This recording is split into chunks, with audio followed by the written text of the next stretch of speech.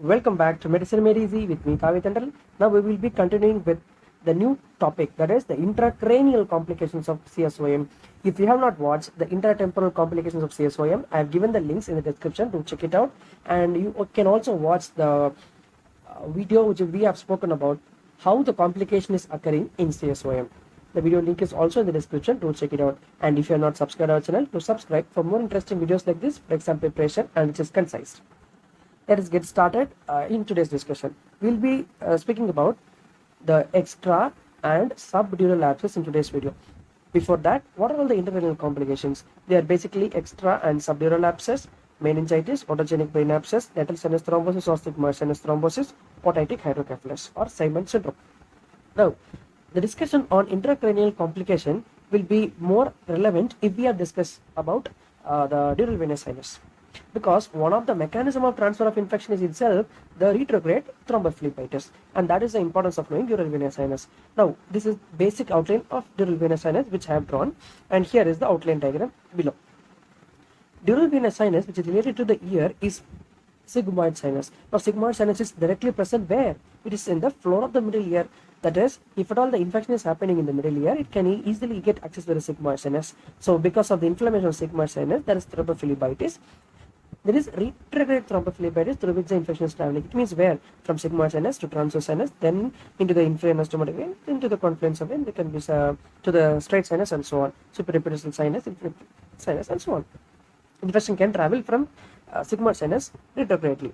Now, that is one thing we need to know with respect to the intercranial complications of CSOM.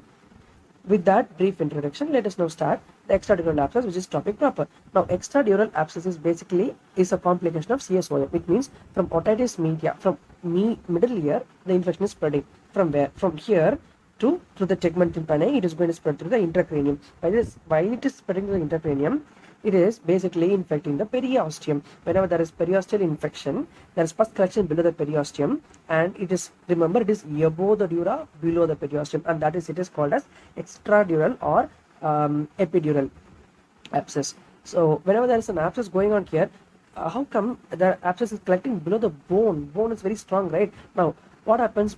There is something called halitosis, that is hyperemic decalcification. Because of this mechanism, there is pus collecting under periosteum, or sometimes there can be in chronic setup, it is cholesteatoma. So cholesteatoma is a bone eroding pathology. So there is no surprise that bone is getting eroded and pus collecting below the bone.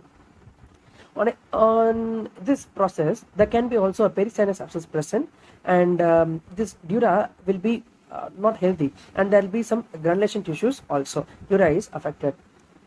These pathological processes are taking place above the dura, right? Because this taking place above the dura, there can be sometimes there can be even clinically silent. This presentation can be, or sometime because of the abscess which is collected on the dura, there can be fever with malaise.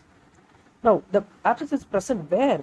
It is present in the roof of the middle ear. So, because of this abscess is collected in the roof, there can be spontaneous discharge through the ear, or there can be a pulsatile discharge of the pus. Sometimes there can be a presentation where a person can present with severe headache and earache. That's all. So, what is the management? Simple. Now, there is an infection, so give antibiotic, and the surgical management is modified radical mastectomy. Let us now move on to subdural abscess. Now, as the name suggests, subdural abscess, the infection is present where? Below the dura. It means the dura is also infected. The dura is also affected. It means this is the place where the abscess is collected, and this is making an irritation on the below present meninges, and as well making a pressure symptom on the parenchyma. On looking here, there can be a bone erosion because the inflammatory process is associated with infection. There can be bone erosion, or there can be associated with cholesteatoma. Apart from that bone erosion, there can be also the retrograde venous thrombophlebitis. In retrograde venous thrombophlebitis, there can be or may not be bone erosion being present. Because the subdural abscess is making a pressure symptom on the parenchyma, there can be a parenchymal symptom also in subdural abscess, that is to be noted. There can be meningitation, as we know, and apart from that, what is that parenchyma related is cortical venous thrombosis. Because of cortical vein thrombosis, there can be grand mal Scheisser. Now remember, it is all happening in temporal bone. Over temporal bone we have temporal lobe of brain. Now in the temporal lobe of brain we have the optic radiation. Yes, so because of that there can be heminopia. Because of the motor fibers is present, there can be hemiplegia, and there can be aphasia because of the speech center being affected, right? So this is all the cortical venous thrombosis presentation. And apart from that, because of this abscess which is present inside and it is changing the volume of the intracranium, it can cause increased intracranial tension. And remember, because of increased intracranial tension, we should not do lumbar puncture. If at all we do lumbar puncture, what happens? There will be cerebellar tonsil herniation, so don't do. The management will be IV antibiotics because it's an infection. And apart from that, we can do burr hole aspiration, craniotomy to be done, and mastectomy can be done after a good antibiotic treatment. And this is all about subdural abscess. So we have completed the extradural and subdural abscess. Hope you have liked this video. If you like this video, you can share to your friends and let us all study together. We'll meet in next video. Till then, stay tuned. Bye bye.